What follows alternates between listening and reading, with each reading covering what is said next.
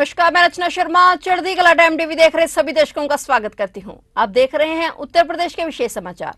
उत्तर प्रदेश के मुख्यमंत्री योगी आदित्यनाथ ने शनिवार को विधानसभा के नवनिर्वाचित विधायकों को तबादला, पोस्टिंग, ठेका और पट्टा के प्रति निष्ठावान रहने के बजाय जन कल्याणकारी योजनाओं को लागू करवाने के लिए प्रयासरत रहने की नसीहत देते हुए कहा कि तबादला पोस्टिंग की राजनीति करने वालों को जनता एक समय के बाद नकार देती है। सीएम योगी ने गत विधानसभा चुनाव में पहली बार चुने गए विधायकों को संसदीय आचरण कार्यप्रणाली और विधायिका की परंपराओं से अवगत कराने के लिए आयोजित प्रबोधन कार्यक्रम को संबोधित करते हुए यह बात कही। उन्होंने कहा कि एक जनप्रतिनिधि को शालीन और धैर्यवान होना चाहिए। प्रबोधन सत्र के अंतिम दिन योगी ने नवनिर्वाचित विधायकों से अपील करते हुए कहा कि जनप्रतिनिधियों को जनता के प्रति केंद्र व राज्य सरकार की योजना को लागू करवाने के प्रयासरत होना चाहिए। उन्हें खुद को ट्रांसफर, पोस्टिंग, ठेके, पट्टे से खुद को दूर रखना होगा। मुख्यमंत्री ने कहा कि आज राजनेता अविश्वास का प्रतीक बन गए हैं और उन्होंने विधायकों से कहा है कि ऐसे में सदन की स्वास्थ्य चर्चा, परिचर्चा में विधायकों की सक्रिय भागीदारी उन्हें विश्वास का प्रतीक बनाएगी। उन्होंने विधायकों से अपील करते हुए कहा कि आगामी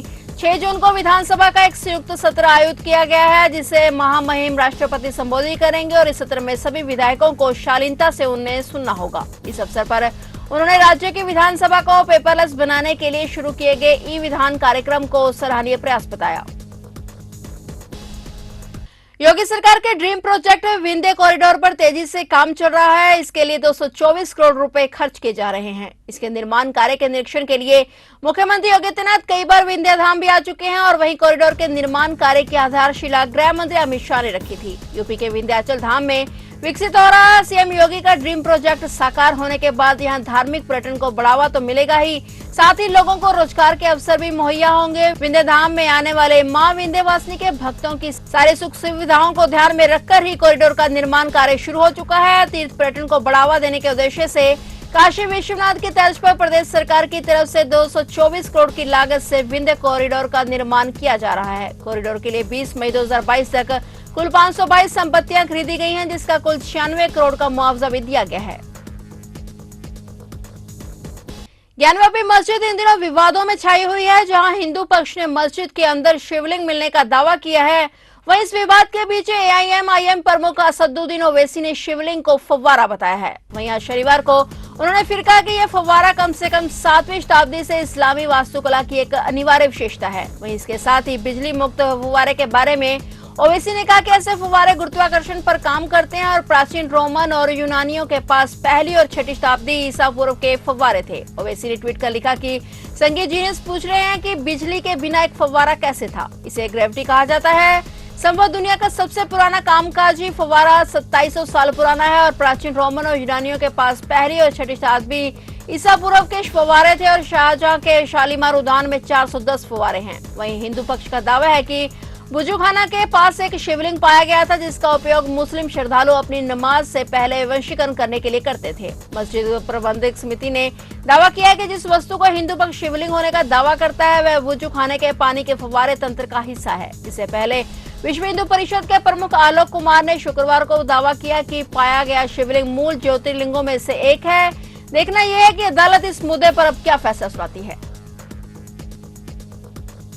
करीब 27 माह बाद सीतापुर जेल से रिहा होकर शुक्रवार को रामपुर पहुंचे समाजवादी पार्टी के वरिष्ठ नेता आजम खान ने संवाददाताओं से दो टूक लहजे में कहा है कि उनकी तबाहियों में उनके अपनों का बड़ा योगदान है। रामपुर में आजम ने कहा कि मेरी तबाहियों में मेरा अपना हाथ है और मेरे अपने लोगों का बड़ा योगदान है। उन्होंने कहा कि मालिक से दुआ है कि उन्हें सद्बुद्धि आए। वहीं एक सवाल के जवाब में उन्होंने कहा कि सरकार या सरकार की पार्टी यानी कि भारतीय जनता पार्टी को इतनी उनसे नफरत क्यों है, वे आज तक समझ नहीं सके। उन्होंने ये भी कहा कि वे इसे जानने की कोशिश करेंगे। उन्होंने कहा कि इस वक्त उनके लिए भाजपा, बसपा या कांग्रेस इसलिए बड़ा सवाल नहीं है क्योंकि उनके परिवार पर हजारों की तादाद में मुकदमे दर्ज हैं। इससे पहले समाजवादी पार्टी के प्रमुख अखिलेश यादव पर उनकी और आजम खान की लड़ाई में साथ न देने और यादव से मुसलमानों की नाराजगी के सवाल पर उन्होंने कहा कि मेरी तबाहियों में मेरा अपना हाथ है।